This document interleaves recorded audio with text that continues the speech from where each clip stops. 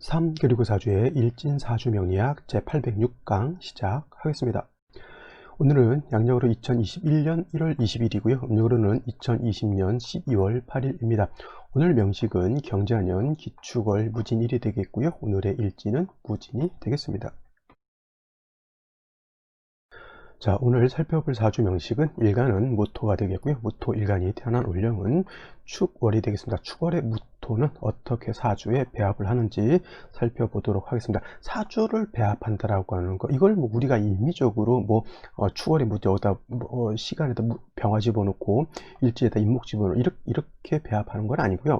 어차피 사람이라고 하는 건 생년월일 시가 정해짐으로 인해서 연주, 월주, 일주, 시주는 정해지는 것이죠. 그래서 사람이 명리학을 공부한다라고 하는 뜻은 뭐냐면 이렇게 정해진 사주가 제대로 잘 짜여진 사주인지 아니면 좀 부족한 사주인지를 보기 위해서 우리가 명리학 공부를 하고 배합을 한다라고 하는 것이지 우리가 능동적으로 배합할 수 있는 것은 아닙니다. 그죠? 사람이 시간이 지남에 따라서 매 순간순간 사주라고 하는 것은 정해져 있는 것이고 그것을 우리가 현미경 같은 것으로서 왜 이렇게 작은 것 보이지 않는 것들도 현미경이라든가 돋보기 같은 것이 있게 되면 그 안을 내밀하게 살펴볼 수 있죠. 사람의 삶이라는 것도 우리가 어떻게 흘러가야 될지를 잘 모르는 것인데 명리학이라고 하는 어떤 도구, 명리학이라고 하는 예를 들면 현미경이라든가 돋보기를 가지고 우리의 삶을 이제 들여다보는 것인데, 그러면 이렇게 삶을 들여다볼 때 그냥 들여다볼 수는 없으니까 사주라고 하는 것을 가지고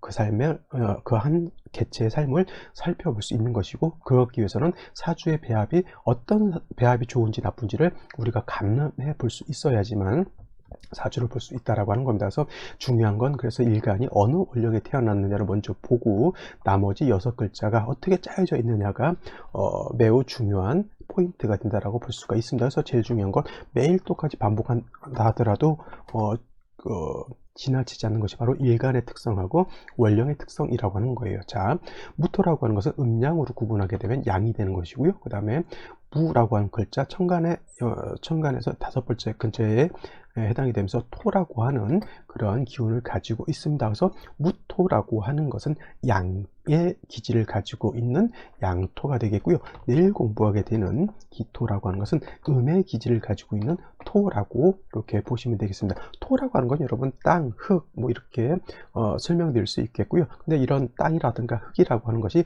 그냥 땅, 흙으로만 존재하는 것이 아니라 그 기질을 봤더니 하나의 토는 양의 기질을 가지고 있고 또 하나의 토는 음의 기질을 가지고 있다라고 하는 겁니다. 양의 기질은 뭐예요? 크고 웅대하고 높고 넓고 내지는 무겁고 이런 개념이라고 하면, 음이라고 하는 것은 작고 아담하고 내지는 이렇게 무겁지 않고 가벼운 이런 것들을 말하죠. 그래서 땅도 넓은 땅이 있으면 그거에 대비되는 상대되는 작은 땅이 있고 높은 산이 있으면 낮은 그런 평원도 있을 것이다 라고 볼 수가 있겠습니다. 그래서 양토라고 하는 무토는 높고 넓다라고 해서 고항토라고 이렇게 표현하는 것이고요. 그에 비해서 기토라고 하는 것은 작은 텃밭과 같다라고 해서 전원토라고 이렇게 구분을 하게 됩니다. 그래서 요거 고항토다 전원토라고 하는 것은 이해 편의를 위해서 양토인 무토는 고항하고 넓고 이런 웅장한 스케일의 어떤 토라고 하면, 기토라고 하는 것은 작은 텃밭과 같은 정원과 같은 그런 땅이다라고 볼 수가 있습니다. 그래서 양토라고 하는 양의 기질을 가지고 있고 그 다음에 음토라고 하는 음의 기질을 가지고 있기 때문에 이 특성 때문에 서로 배합하는 법이 다릅니다. 무토라고 하는 것은 왕했을 때 칠살인 간목을 가지고 소토 내지는 소벽한다라고 해요. 크고 웅장한 땅은 큰 나무가 있어서 큰 숲을 이루게 되면 큰 땅으로서 높은 산으로서 용도가 있게 되는데, 아무것도 자라지 않는 그런 산이나 평원 같은 그냥 불모지밖에 되지 않겠죠. 그래서 무토라고 하는 것은 왕했을 때 칠살인 간목을 씁니다. 선생님, 정관인 을목이 더 좋지 않겠습니까? 라고 이렇게 물어보실 수도 있지만, 을목이라고 하는 것과 간목이라고 하는 것 차이가 있는데 뭐냐면, 을목은 제가 이제 을목 설명할 때 작은 화초라든가 작은 화목과 같다라고 했어요. 그 히말라야 산맥과 같은 그런 웅장한 그런 산이 있는데 거기에 화초만 이렇게 심어져 있으면 큰 숲을 이루지 못하죠. 큰 땅은 그만큼 크게 용도가 있어줘야 된다라고 하는 것을 놓고 봤을 때 큰 나무들이 질비하게 이렇게 심어져 있다라고 하면 넓은 땅이 내지는 높은 산이 큰 울창한 산림을 이루고 있다라고 하는 그런 개념으로서 칠사를 쓰게 됩니다. 육친론이라고 하는 것을 놓고 봤을 때 정과는 좋은 것이고 평가는 나쁜 것이다. 이러한 생각을 가지고 있기 때문에 을목이 더 좋지 않을까 이렇게 생각하지만 무토라고 하는 양토는 왕했을 때 무토가 왕했을 때는 간목을 쓰는 것이 필요하다. 반면에 기토라고 하는 것은 작은 텃밭과 같고 내지는 분토라고도 합니다. 분토라고 하는 것은 뭐냐면 집에 있는 화분 속에 담겨져 있는 작은 흙과 같다라고 보시면 돼요. 이런 흙에는 큰 나무가 있을 필요가 없죠. 작은 화초만 있으면 된다. 그렇다고 해서 그러면 기토는 을목을 쓰느냐? 그렇지 않습니다. 기토 자체에는 이렇게 생각하시면 내일 또 설명드리겠지만 기토는 뭐예요? 화초가 이미 심어져 있다 이렇게 생각하시면 돼서 별도로 을목이라든가 간목 같은 것을 필요로 하지 않고 그냥 단순히 병화라든가 개수 내지는 임수라든가 아니면 정화 같은 것으로서 이렇게 배합해 준 겁니다. 원래 병화, 개수, 임수, 정화 이렇게 놓고 봤을 때 굉장히 많은 것이 필요하다라고 이렇게 볼 수 있겠지만 쉽게 말하면 수화를 어떻게 배합하느냐에 핵심이 있다라고 보시면 됩니다. 수라고 하는 것은 물을 말하는 것이고요. 그 다음에 화라고 하는 것은 불을 말하죠. 추울 때는 화가 필요한 것이고요. 더울 때는 물이 필요한 것이죠. 그래서 기토라고 하는 것은 수화, 즉 화라고 하는 것은 병화, 정화를 말하는 것이고 수라고 하는 것은 임계수를 말하는 것인데 기본적으로 병화, 개수를 쓰는 것이 공력이 더 크고 임수라든가 정화를 쓰는 것은 공력이 좀 떨어진다라고 이렇게 보시면 되겠습니다. 자, 무토 같은 경우도 역시 왕했을 때 간목이 필요하지만 간목만 있어서는 안 되고요. 따뜻한 햇볕이 있어 주어야지만 땅이 썩지 않겠죠. 그 다음에 적당량의 물도 있어 주어야지만 땅이 마르지 않고 땅이 어느 정도 윤토되어야지만 그 땅도 거름지게 되고 거름진 땅에서 나무도 잘 자랄 수 있게 된다라고 하는 겁니다. 그래서 무토라고 하는 것은 기본적으로 목이라고 하는 것, 즉 간목이라고 하는 것과 화라고 하는 것, 병화, 수라고 하는 것, 개수 이런 식으로 배합을 해주는 것이 좋은데 이것도 무조건 간목, 병화, 개수가 무조건 필요하냐 그런 것은 아니고요. 원령이 어느 원령이냐에 따라서 어떤 것이 더 필요할 수도 있겠고 어떤 것이 좀 덜 필요할 수도 있다라고 하는 것입니다. 한 가지 중요한 것은 뭐냐면 무토는 일단 일간이 왕했을 때는 간목은 필수적으로 필요하다라고 하는 것 굉장히 중요한 핵심이 된다라고 하는 겁니다. 자, 여기까지 설명드렸고요. 오늘의 원령에 대해서 한번 살펴보도록 하겠습니다. 자, 무토 일간이 태어난 원령 축월이라고 하는 계절이죠. 계절 겨울에 해당이 되고요. 축월은 늦겨울이라고 해서 모동이나 가지면 개동이다라고 이렇게 표현한다. 늦겨울이라고 하는 뜻입니다. 즉 겨울이라고 하는 것은 엄동설한이라고 표현할 수가 있겠고 몹시 한랭하다라고 볼 수가 있겠습니다. 자, 한랭과 한습이 있는데요. 한랭과 한습은 공통점은 차갑다, 얼음이 얼 정도로 춥다라고 하는 것이 한의 개념이고요. 랭은 그냥 그야말로 차갑다라고 하는 그런 개념인데 한습은 뭐예요? 차가우면서 물기가 있는 것과 같습니다. 예를 들면 있죠. 고온다습이라고 하는 말이 있고요. 그 다음에 고온건조라고 하는 것이 있고 말이 있듯이 고온이라고 하는 것은 기온이 뜨겁다라고 하는 거예요. 그죠? 고온은 똑같습니다. 근데 다습이라고 하는 것은 물기가 많으면서 더운 거고요. 고온건조라고 하는 것은 뜨거우면서 건조한 것 같아요. 우리나라 여름 같은 경우가 고온다습하죠. 뜨거우면서 습도가 많기 때문에 굉장히 덥습니다. 한증막과 같은, 그러니까 건식 사우나가 아니라 습식 사우나 같은 그런 개념이 고온다습인데 고온건조라고 하는 것은 사우디아라비아라든가 이렇게 아랍권 가게 되면 뜨거우면서도 건조한 그런 지역들 있죠. 그런 데에서는 그늘만 가면 그렇게 덥지 않습니다. 햇볕 자체가 너무 뜨거워서 문제인 거지 습도가 있어서 더운 것은 아니기 때문에 이러한 차이점이 있다라고 하는 것이죠. 사주를 볼 때도 이런 것들을 다 봐야 되는 거예요. 고온다습한 것인지 고온건조한 것인지 그 다음에 축월이라고 하는 것이 한랭한 것인지 한습한 것인지를 봐야 된다고 하는 것이죠. 그래서 축월 자체 원료만 듣고 봤을 때 물론 축 중에 있는 개수 신금이 있기 때문에 기가 전혀 없는 것은 아니지만 축토 자체가 토가 왕하기 때문에 수의 기운보다는 토가 더 많습니다. 그래서 축월 같은 경우는 한습보다는 한랭하다라고 하는 것이 맞는데, 만약에 축월이라 하더라도 개수가 이렇게 투출하거나 임수가 투출하거나 지지로 자수, 해수와 같은 수의 기운이 다시 많아진다라고 하는 것은, 이거는 한랭에서 한습으로 넘어갈 수 있다라고 하는 겁니다. 그래서 겨울이라고 해서 무조건 물이 많다라고 생각하지 마시고요. 사주에 물이 수라고 하는 그런 기운들이 많이 있어야 수가 왕한 것이다. 원령 자체 가지고 수가 많다, 물이 많다 이렇게 표현하기는 좀 어렵겠죠. 물론 이제 해월이라든가 자월 같은 경우는 원령 자체가 해수, 자수, 물의 기운을 갖고 있기 때문에 해월, 자월은 그냥 원령 자체가 한습하다라고 이렇게 표현할 수 있지만, 축월 같은 경우에는 한랭하다라고 하는 것이 오히려 더 맞다라고 표현할 수가 있겠죠. 물론 말씀드렸던 것처럼 임계수가 투출하게 되면 이때는 한습이라고 하는 것으로 이렇게 바뀌게 되죠. 한랭하면 차가우면서 건조한 것을 말하는 거고요. 한습하면은 물기가 많으면서 얼게 되는 것과 마찬가지입니다. 눈이 많이 왔는데 얼어 있는 것과, 겨울에도 가뭄이 들죠. 눈비가 전혀 오지 않으면 가뭄이 들면서 기온이 차갑습니다. 이것이 바로 한랭한 것이고요. 눈이 왔는데 그 이후로 기온이 뚝 떨어지죠. 좀 있으면 올해가 아니고 좀 있으면 이제 또 한파가 또 밀려온다라고 이렇게 하고 있습니다. 그렇게 되면은 비가 왔다라고 하면, 눈이 왔다라고 하면 길바닥이 얼게 되겠죠. 그것이 예를 들면 한습이라고 하면 눈비가 전혀 오지 않고 건조한데 기온이 하강할 수도 있어요. 그건 한랭의 개념이다. 자, 축월 자체는 한랭하다라고 하는 것 꼭 알아두시고요. 그 다음에 몹시 기온 자체가 뭐 지금은 그렇게 많이 춥진 않지만은 제가 해자축월을 설명드릴 때는 뭐라고 생각하라고 했냐면, 자, 남극 지방이라든가 아니면 북극 지방 같은 그런 극지방을 생각하시는 것이 더 좋습니다. 대표적으로. 그 다음에 여름을 생각할 때는 적도 지방 같은 데 있죠. 아마존 밀림 같은 그런 뜨거운 그런 기후를 생각하시는 것이 해자축월 내지는 사오묘를 이해할 때 더 좋습니다. 그래서 축월은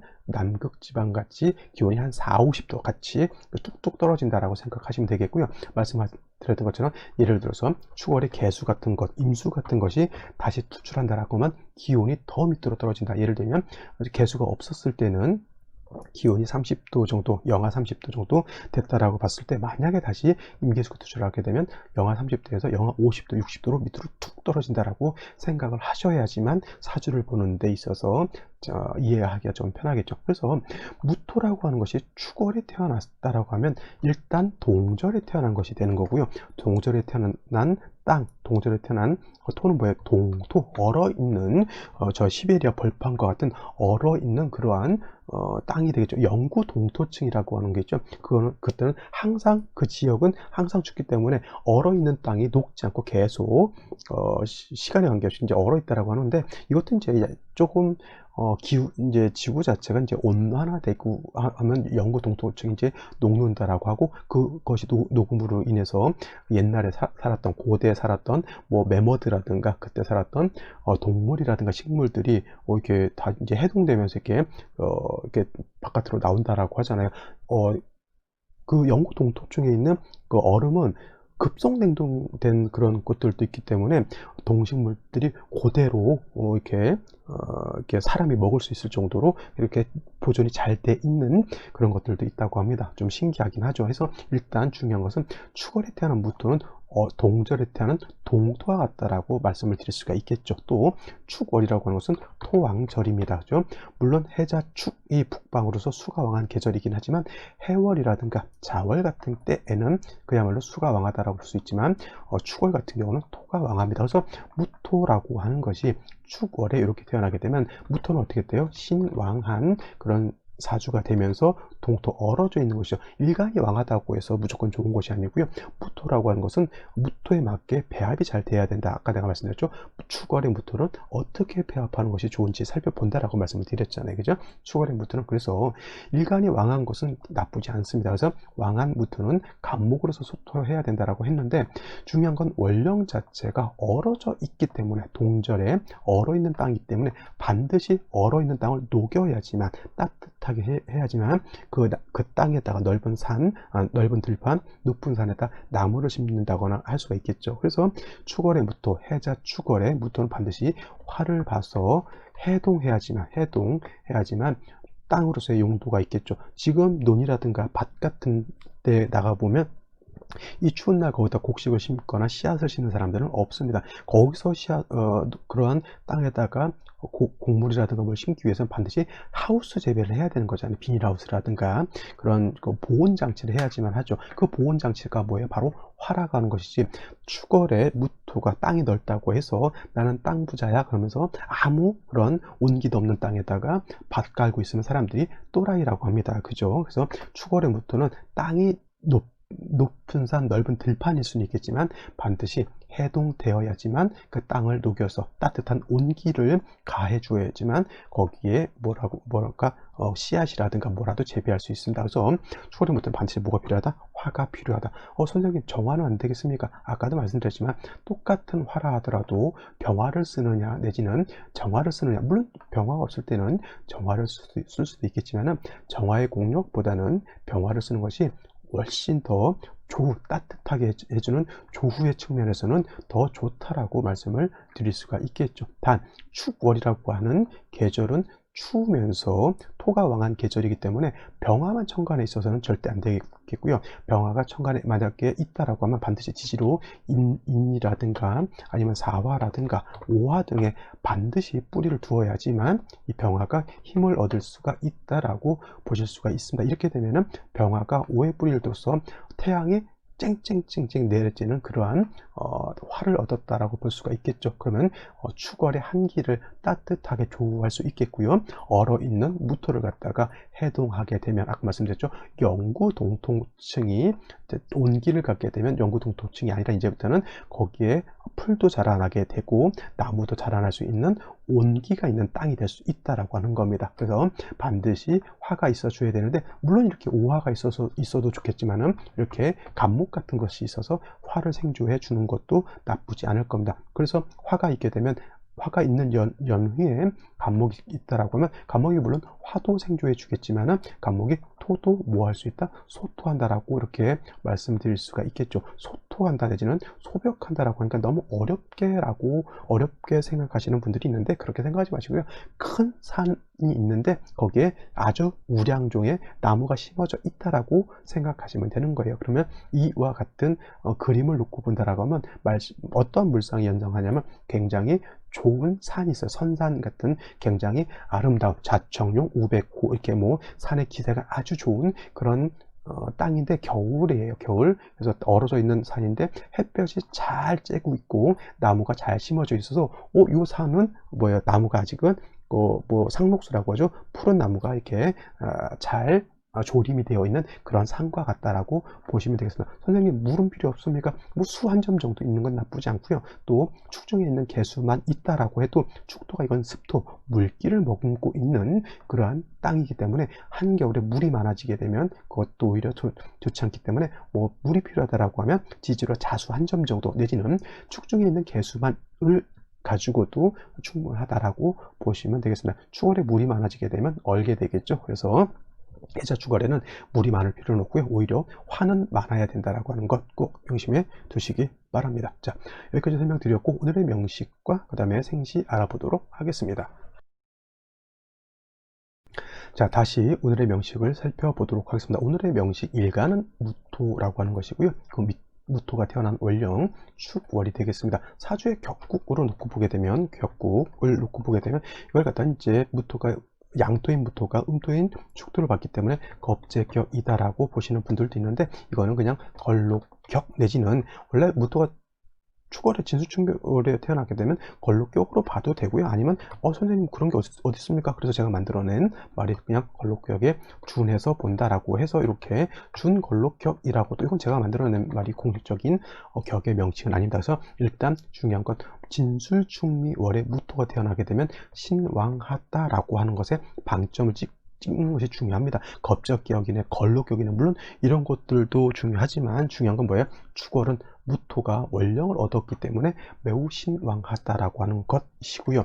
신왕한 무토는 아까 말씀드렸지만 간목으로서 소토소벽해야지만 무토가 영활해진다, 무토가 용도가 생긴다라고 말씀을 드렸는데, 중요한 건 그냥 원칙론도 중요하지만 그것이 간목이 왕에서 무토를 쓴다라고 하는 것도 중요하지만 원령을 먼저 봐야죠. 원령은 춥기 때문에 간목 먼저 쓴다라고 하면 뭐예요? 간목을 썼는데 화가 없으면 뭐예요? 땅도 얼고 간목도 얼게 되겠죠. 반드시 화라고 하는 것이 있어 주어서 온토해야지만 나무도 살고 땅도 살겠죠. 그래서 목화를 쓰긴 하지만 먼저는 선벽, 먼저는 병화를 쓰고 나중엔 간목을 쓴다라고. 자, 그래서 선병후갑이라고 해서 먼저는 병화, 화가 필요한 것이고요. 화가 있은 연후에는 간목으로서 무토를 갖다가 소토하고 또 병화를 생주해 주게 되면은 사주의 국세를 잘 갖추었다라고 볼 수가 있겠습니다. 자, 오늘의 명시 다시 한번 보게 되면 연진 자수라고 하는 것이 이렇게 있습니다. 자수라고 하는 것. 그래서 이 자수라고 하는 것이 있기 때문에 물론 이제 동절이기 때문에 수간점도 있게 되면은 한습해지는 것은 어쩔 수 없다 하더라도, 자, 요 정도 자수 한 점 정도 있는 것은 크게 나쁘지 않다라고 이렇게 볼 수가 있겠습니다. 그 다음에 연간의 경금이라고 하는 것이 이렇게 있죠. 그래서 이 경금 자체는 자수를 생한다. 물론 이제 제가 이제 지지에 있는 것은 천간을 생하죠. 물론 예를 들면 축토가 경금을 생할 수 있지만은 천간에 있는 것이 지지를 생하지 않고 지지에 있는 것이 천간을 설한다. 뭐 입장의 차이는 있을 수 있지만 이렇게 저는 생각을 하는데, 일단 경금의 기운을 갖다가 자수가 빼서 수가 살아난다라고 하는 것은 뭐 똑같은 이치가 되겠습니다. 그래서 이렇게 놓고 보면 무토 입장에서 식신이 수를 생하니까 뭐 식신생재 이렇게 볼 수도 있겠죠. 월간에는 이렇게 기토라고 하는 것이 들어와 있습니다. 기토가 있기 때문에 일간 자체가 왕합니다. 기토가 투출됐기 때문에 원한적인 겁재격이다 이렇게 생각하지 마시고요. 일간 자체가 왕하다. 근데 화가 한 점도 없다라고 하는 것이 매우 좀 아쉽다라고는 볼 수가 있겠습니다. 자, 그 다음에 여기 일지를 이렇게 보게 되면 일지는 뭐가 있습니까? 일지 진토라고 하는 것이 이렇게 있습니다. 일간이 축월의 무토가 왕한데, 자, 월간의 기토, 일지에도 진토까지 있기 때문에 일간 자체가 매우 왕합니다. 간목이 있었다라고 하면 왕한 무토를 소벽하면 좋겠지만 3주까지만 놓고 봤을 때 목이 없죠. 진중에 있는 을목을 갖다가 말씀하시는 분들도 있는데, 진중에 있는 을목은 매우 약해서 거의 없다라고 하시는 것이 더 좋을 것 같고요. 경금으로서 왕태의 기운을 이 정도 3주까지만 놓고 봤을 때는 설하는 용도로 이렇게 쓰실 수가 있겠습니다. 반드시 몸 필요하다, 화가 있어 주는 것이 필요하다라고 이렇게 볼 수가 있겠죠. 자, 그러면 생시를 한번 살펴보도록 하겠습니다. 자, 생시를 보게 되면은 여기 무엇이가 써 있는데 여러분들은 모르시겠지만, 제가 아까 녹화를 할 때 버튼을 잘못 눌러 가지고 녹화가 안 됐기 때문에 다시 하고 있는 겁니다. 진짜 이럴 때는 참 힘이 들어요. 왜냐면 아까 한 10분 정도를 열심히 떠들었는데 녹화가 됐느냐를 딱 봤는데 녹화가 안 된 겁니다, 이것이. 그래서 지금 다시 하고 있는 겁니다. 했던 말을 다시 할 때 가장 맥이 풀린다라고 이렇게 말씀드릴 수가 있겠네요. 자, 그래서 생시를 보게 되면 화가 필요하다라고 말씀을 드렸는데, 화가 있는 생시는 병진시 내지는 정사무시까지가 화를 가지고 있습니다. 한 가지 더 볼 수 있는 것은 갑인시도 한번 생각해 볼 필요가 있는데, 만약에 갑인시가 된다라고 하면, 제가 다른 거는 모르겠는데 인목 있죠. 요 인목 안에는 지장간이 뭐가 있냐면 무토라고 하는 것과 병화라고 하는 것과 간목이라고 하는 것이 이렇게 들어가 있죠. 물론 이제 인중에 있는 무토는 쓰지 않습니다. 격을 치용할 때나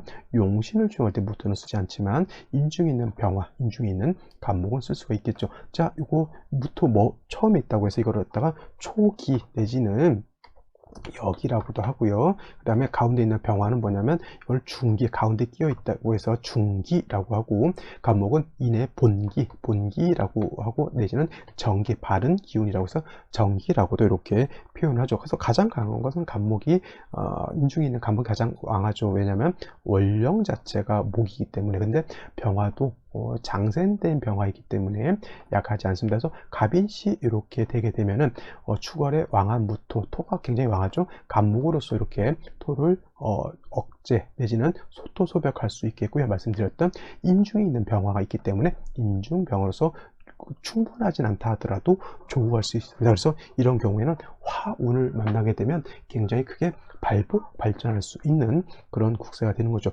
간목이 용신 내지는 희신이 되기 때문에 반대로 경금 뭐예요? 기신이 된다라고 말씀드릴 수가 있는데, 반대로 이렇게 볼 수도 있어요. 정사 시가 되면은, 자, 축월에 무토가 화가 반드시 필요하다라고 말씀드렸죠. 정사시 화를 얻었습니다. 물론 뭐 축월에 엄동에 정사 이렇게 있으면 굉장히 강할 것 같지만 정사시만 가지고 화가 너무 왕하다라고 보진 않습니다. 하지만 축월에 이렇게 화까지 봤는데 이렇게 기축 무진 정사까지만 화가 너무 왕해지기 때문에 이 경우에는 오히려 경금으로서 왕한 무토의 기운을 설하는 것이 필요하게 됩니다. 이 경금이 약할까요? 왕할까요? 자, 경금이 축에 통근한다라고 말씀드렸고요. 경금은 사에도 통근할 수 있습니다. 이거 굉장히 중요합니다. 사중 경금이 있기 때문에 통근할 수 있기 때문에 이 경금이 그렇게 봤을 때 인성이 너무 왕해 보이는 것 같지만, 경금도 물론 당연히 토가 왕하지만 경금도 세력이 없지 않다라고 이렇게 보시면 되겠고요. 무오시 같은 경우 오화를 받지만 무토가 있기 때문에 다시 토가 왕해지는 단점이 없지 않아 있습니다. 자, 임자시, 개축시 내지는 경신신유시 내지는 개해시 이렇게 들어오게 되면 화가 하나도 없는 상태에서 금수의 기운만 크게 들어오게 되면 땅이 얼고 언 땅이 해동이 되지 않기 때문에 매우 부조화된 조화가 이루어지지 않은 그러한 사주가 된다라고 말씀을 드리면서 오늘 강의는 여기까지 하고 마치도록 하겠습니다. 감사합니다.